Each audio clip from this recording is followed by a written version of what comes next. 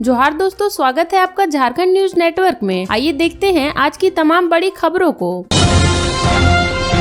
सिमडेगा में ट्रेलर ने बाइक सवार को लिया चपेट में, 2 की मौत, 1 गंभीर रूप से घायल। सिमडेगा में शनिवार को बड़ा सड़क हादसा हो गया। घटना कोलाबीरा थाना क्षेत्र के NH 143 पर स्थित मां गायत्री फ्यूल सेंटर के पास हुआ, जहां एक ट्रेलर ने बाइक सवार को जोरदार टक्कर मार दी, जिसमें बाइक में सवार 2 लोगों की मौत हो गई, जबकि 1 गंभीर रूप से घायल हो गया। घटना के संबंध में मिली जानकारी के अनुसार वे एक बाइक पर सवार होकर सिमडेगा के कोलाबीरा थाना क्षेत्र के नवा टोली में किसी के अंतिम संस्कार में शामिल होने के लिए जा रहे थे। इस दौरान रास्ते में वे मां गायत्री फ्यूल सेंटर पर पेट्रोल लेने के लिए जैसे ही मुड़े, विपरीत दिशा से तेज गति से आ रही ट्रेलर ने बाइक सवार को सीधे टक्कर मार दी, जिसमें बाइक सवार 2 लोगों की मौत घटना स्थल पर ही हो गई, जबकि एक व्यक्ति गंभीर रूप से घायल हो गया। इस दुर्घटना के बाद सैकड़ों ग्रामीण मौके पर जमा हो गए। ग्रामीण ने इसकी सूचना तत्काल पुलिस को दी। जानकारी मिलने के बाद पुलिस तुरंत घटना स्थल पर पहुंची और घायल व्यक्ति को बेहतर इलाज के लिए सदर अस्पताल भेज दिया। वहीं शव को अपने कब्जे में लेकर पोस्टमार्टम के लिए भेज दिया। इसके थोड़ी देर बाद ही उक्त ट्रेलर को भी जब्त कर लिया गया। फिलहाल पुलिस आगे की कार्रवाई में जुटी है। खबर लिखे जाने तक मृतकों की पहचान नहीं हो पाई थी, लेकिन पुलिस ग्रामीणों की मदद से उसकी पहचान करने में जुटी है।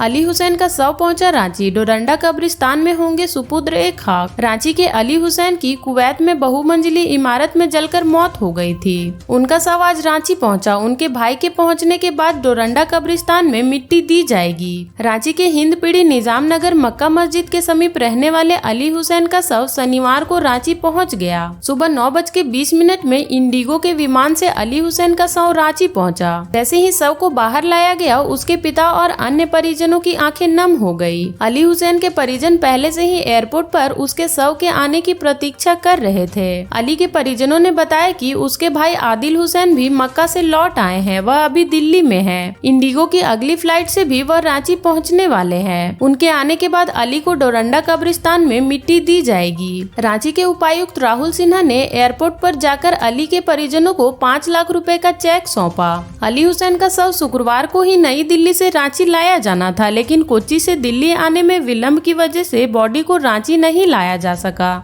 शुक्रवार को ही वायुसेना के विशेष विमान से कुवैत से 45 भारतवासी के शव कोच्चि पहुंचे थे। यहाँ से शवों को नई दिल्ली लाया गया और वहां से सभी शवों को उसके गृह नगर भेज दिया गया। शव को परिवार को सौंप दिया गया है। राज्य सरकार की ओर से परिवार को 5 लाख रुपए की मदद दी जाएगी।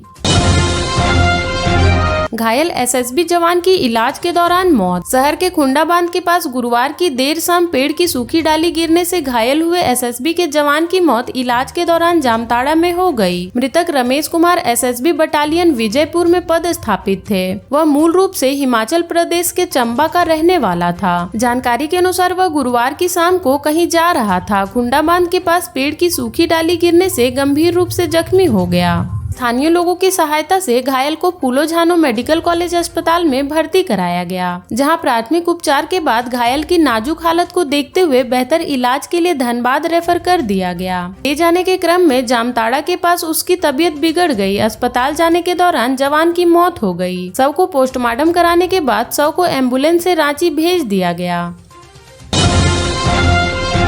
बिजली पानी को लेकर ग्रामीणों ने 7 घंटे परियोजना के कोयला खनन कार्य को किया बंद। राजमहल कोल परियोजना के प्रभावित गांव लोहांडिया बाजार के ग्रामीणों ने बिजली पानी की मांग को लेकर सुबह 10 बजे से शाम 5 बजे तक परियोजना के कोयला खनन कार्य को बाधित किया। ग्रामीणों ने परियोजना के खनन क्षेत्र में प्रवेश कर जोरदार आंदोलन करते हुए खनन क्षेत्र में लगे हुए सभी गाड़ी को बंद कर दिया। ग्रामीणों ने बताया कि गांव में कई दिनों से बिजली नहीं रहने के कारण ग्रामीण को काफी परेशानी हो रही है। पीने का पानी भी नसीब नहीं हो रहा है। वहीं प्रबंधक गांव के अलग अलग की सारी जमीन में कोयला खनन का कार्य कर रही है तथा ग्रामीण हैवी ब्लास्टिंग का प्रकोप भी बर्दाश्त नहीं कर रहा है। ग्रामीणों के घर में दरार पड़ चुका है। छत का मलबा गिर रहा है। गांव में बिजली नहीं रहने से ग्रामीण को हीट वेव में रहना मुश्किल हो गया है, लेकिन प्रबंधन की मनमानी चरम सीमा पर है। नियम के अनुसार प्रभावित क्षेत्र के 10 किलोमीटर के क्षेत्र में प्रबंधन को मूलभूत सुविधा उपलब्ध कराना है, जबकि इस गाँव के आसपास के सभी गाँव में परियोजना बिजली देती है, लेकिन इस गांव के ग्रामीणों के साथ सौतेला व्यवहार कर रही है।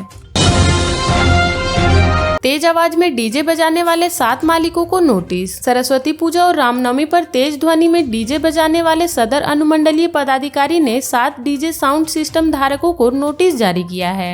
एसडीओ ने सभी को 18 जून को सुबह 10:30 बजे एसडीओ के न्यायालय में अपना पक्ष और साक्ष्य प्रस्तुत करने का उपस्थित होने का निर्देश दिया है। उक्त स्थिति पर उपस्थित होने वाले धारा के तहत आवश्यक कार्रवाई की जाएगी। एसडीओ ने बताया कि प्रतिबंध के बावजूद तेज ध्वनि से डीजे बजाया गया। इसके कारण आम लोगों, वरिष्ठ नेताओं, गर्भवती महिला, नवजात व बीमार लोगों को काफी परेशानियों का सामना करना पड़ा। झारखंड के ऐसे ही छोटी बड़ी खबरों से जुड़े रहने के लिए चैनल को सब्सक्राइब कर लें और बेल आइकन प्रेस कर लें ताकि हर वीडियो का नोटिफिकेशन आपके फोन पे चला जाए।